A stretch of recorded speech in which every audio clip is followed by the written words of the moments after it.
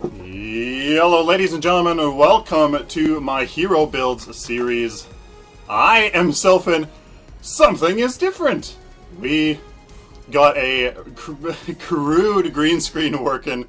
It's not even green, so it's not working very well. But this is our second video of Narbash. The first video went all right, ladies and gentlemen, but it didn't really work out. So we are trying something else.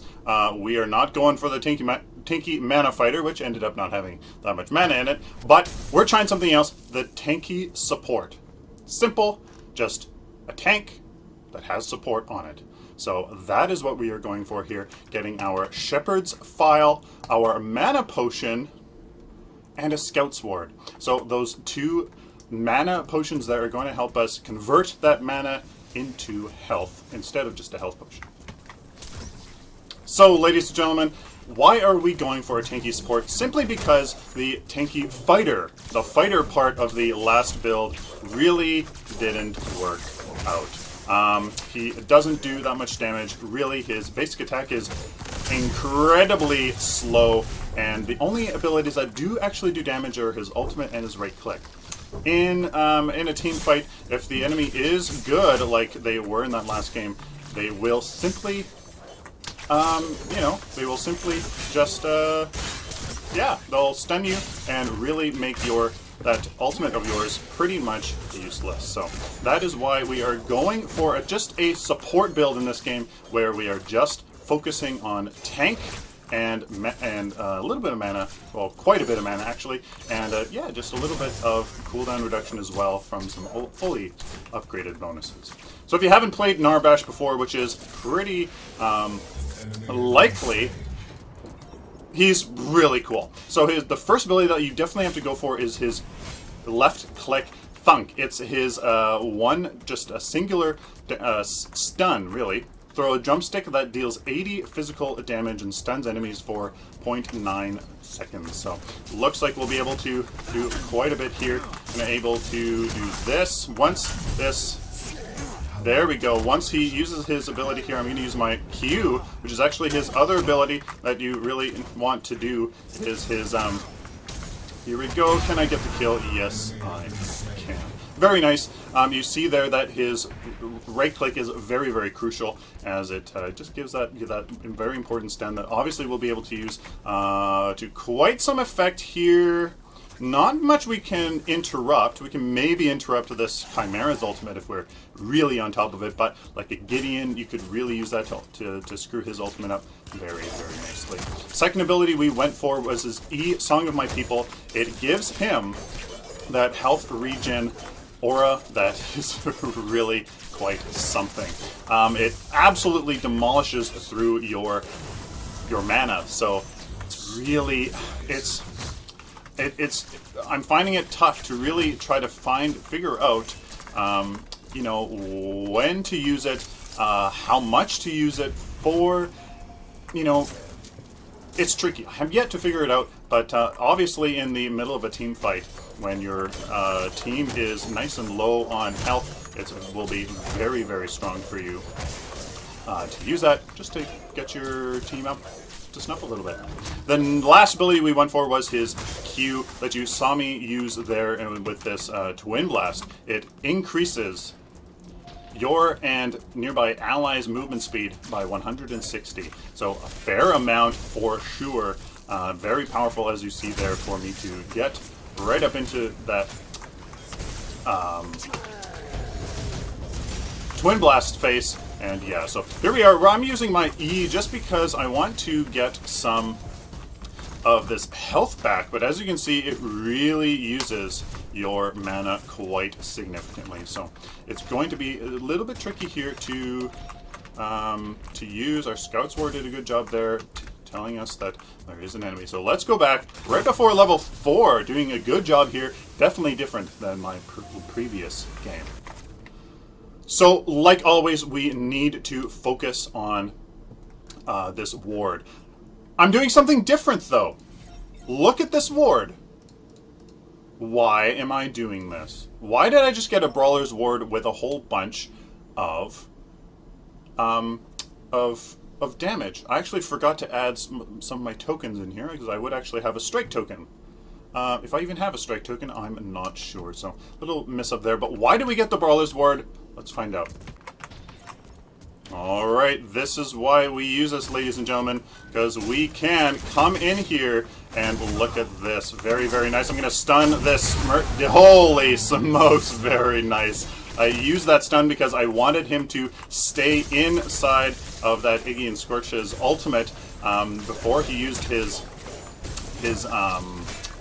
rocket boots to get away. So there he is, a fantastic ganking hero. As you can see, I could use my Q to make my E and Scorch, and I stick to him like glue. Could have used my E if we were taking some damage. Like, he's very, very strong. So I'm going to try to let my E and Scorch take all of this because he can definitely benefit from here and push this lane much harder than we could. So now, level 5, actually level 6, we have our ultimate Crash Bang Boon. What an ability. So, a deafening ruckus AoE that knocks up enemies and applies a 200, yes, max movement speed slow, deals 444 physical damage over 3 seconds. It's quite a bit of damage, but you're really using it for that slow and that knockup. Both are very powerful and interruptible. That's something you need to really pay attention to, because it can very easily be interrupted. I have found that a lot of the time, unless I was just playing good players last time, it was interrupted. So definitely have to just take notice. So it's one other thing that caught me off guard is when you use it, you actually are slowed down just as much as the enemy is. You are reduced to the same speed as I'm going to use my speed boost here so this Feng Mao can stick to him like glue. I'm going to use my E actually, and let's see, my stun is, yeah, so this is why I want to use my E here. I could certainly, okay, that's alright. Let's toggle our E, let's toggle our mana potion here. I'm going to stun this Kalari so that our, so our Feng Mao can get out of there. Look at that. Quite a good job here indeed. That was okay. We did get the kills there, so that is really all what I care about. So let's try to defend here. Now we can go in here. Let's do something here. Let's combo this into my ultimate here, trying to look at that. And there we go. Nice stun here. We should be able to take care of this Chimera for sure. That's a little bit of health here. Let's see if I can, ooh, there's the Fae. Okay, so let's use our E, try to get out of here, but I don't think so. Didn't see the enemies coming in, so as you can see, we're doing an okay job. Okay. I mean, it works. I just realized why I didn't explain why we went for the Brawler's Ward. Damage in the early game, very important. As you can see, I was getting quite a few more last hits, and in those team fights, I was actually a little bit more effective. Damage in the early game is crucial. Stay with me though, because we're going to replace it with this Lord's Ward. Once our scaling kind of really comes into play as a caster, our basic attack damage is really, 6 card power, is really going to fall off. So then we're going to trade that out. So the second card here we're going for is this Circlet of Health, because it has a very nice passive health regen, so that when we aren't using our E, we're still healing our teammates. All of this mana, very, very important here. Oh yeah, 3. 2 plus 1 is 3. That's why. All this mana is really going to be able to let us use our abilities much more often. So this Brawler's Ward will be replaced, as I said.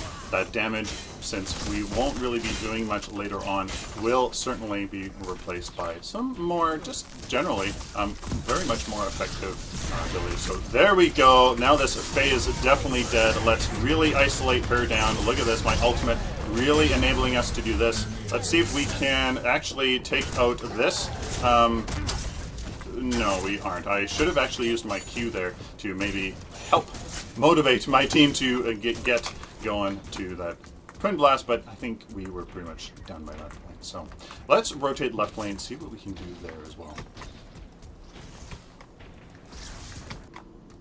3 card power, ladies and gentlemen, able to finish off the Circlet of Health. I'm actually going to replace our health potion. So we're actually going to go into our Pendulum of Lords next, even though we do have this Lord's Ward available. So we want this cooldown reduction.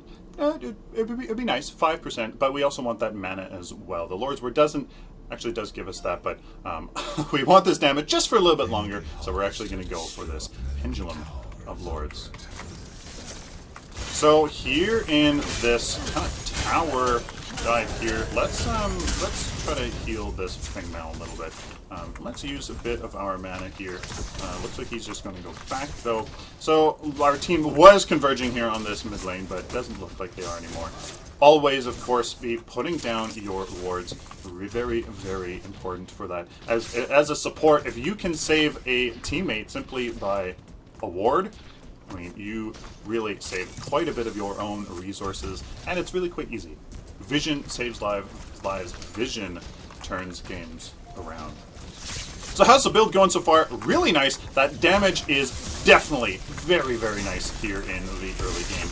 Very, very crucial. I like this idea of changing out the Brawler's Ward in kind of this mid-game portion here. You know, once your scaling starts to kind of dip off, simply because we don't have very many you know, damaging skills, we should be able. Okay, so now we are definitely diving a little bit too deep for that Greystone, so should definitely pull back. Something I didn't mention earlier was the skill upgrade priority. His right click.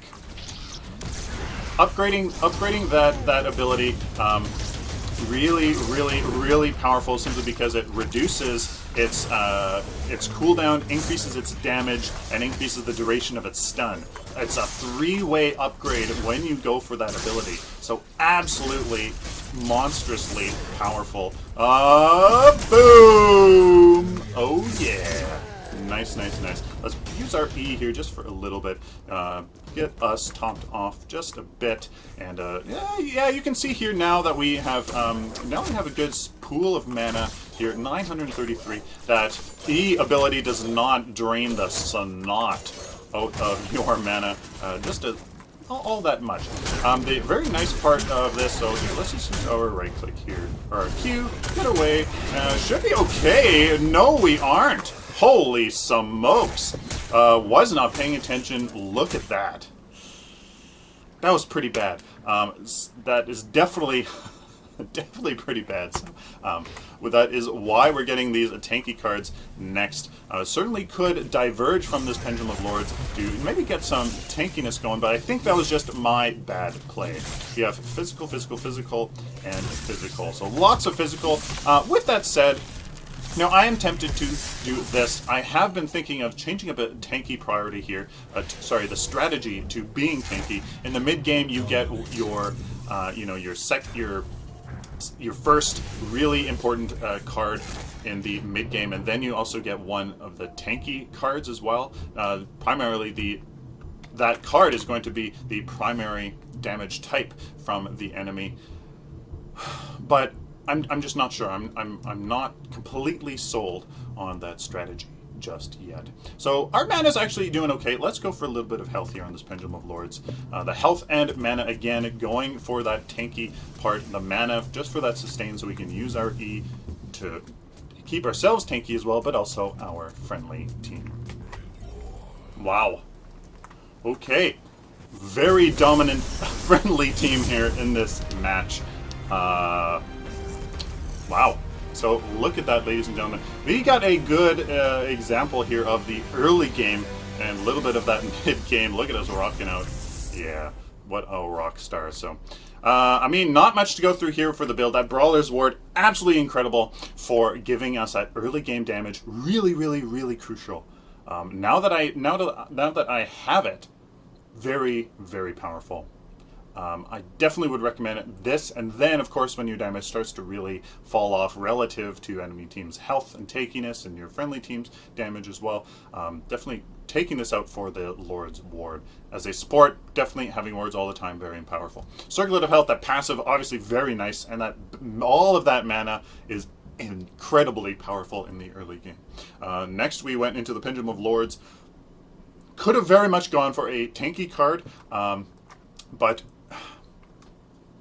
I'm just feeling like you need a little bit more mana as well to, you know, just kind of get that part just done more. I mean, you really need mana. Casters really need mana in the really early game. So let's go back to the deck.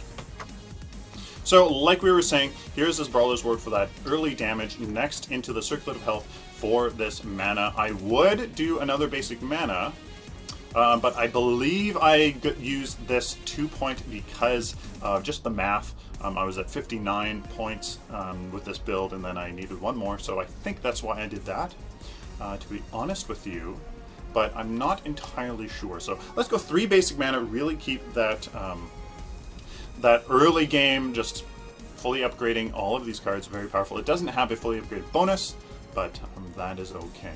So next we go into the Pendulum of Lords, just more mana, more health, and that little bit of cooldown reduction definitely obviously helps.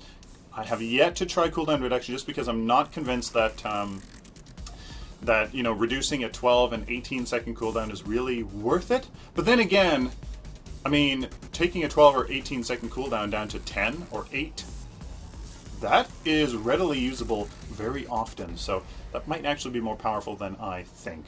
So there's a Pendulum of Lords for that mana that's so important, and that health as well, to try to get our tankiness up. We have 2 Tempered Plates and 2 Tuned Barriers, just because you have 3 slots left, so if there's more physical damage, you do 2 Tempered Plates and 1 Tuned Barrier, or if there's more energy damage, 2 Tuned Barriers and 1 Tempered Plate.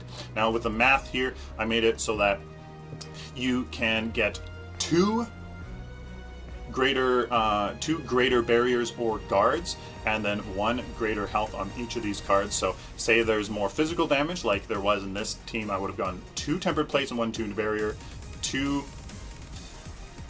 guards per Tempered Plate, and just 1 energy barrier, and then 2 health on this. So you might say that you could do just 1 guard per Tempered Plate and then the rest health, because that would probably equal about more, but I mean, you really want to be tanky, so we could probably do that, and that would work very well. So that is the build, ladies and gentlemen. We didn't get to really see much of it. Maybe that is just an indication of how well he does in the early game. If you liked the video, like it. If you dislike it, please leave a comment down below. What do you think of this build? Did it work? How do you think it will work in the end game? As we didn't really get to see it, we'll definitely do another match soon. Please subscribe if you liked this content or simply found it helpful. I want to do it again for you in the future, so please subscribe. And of course, until next time, like always, take care.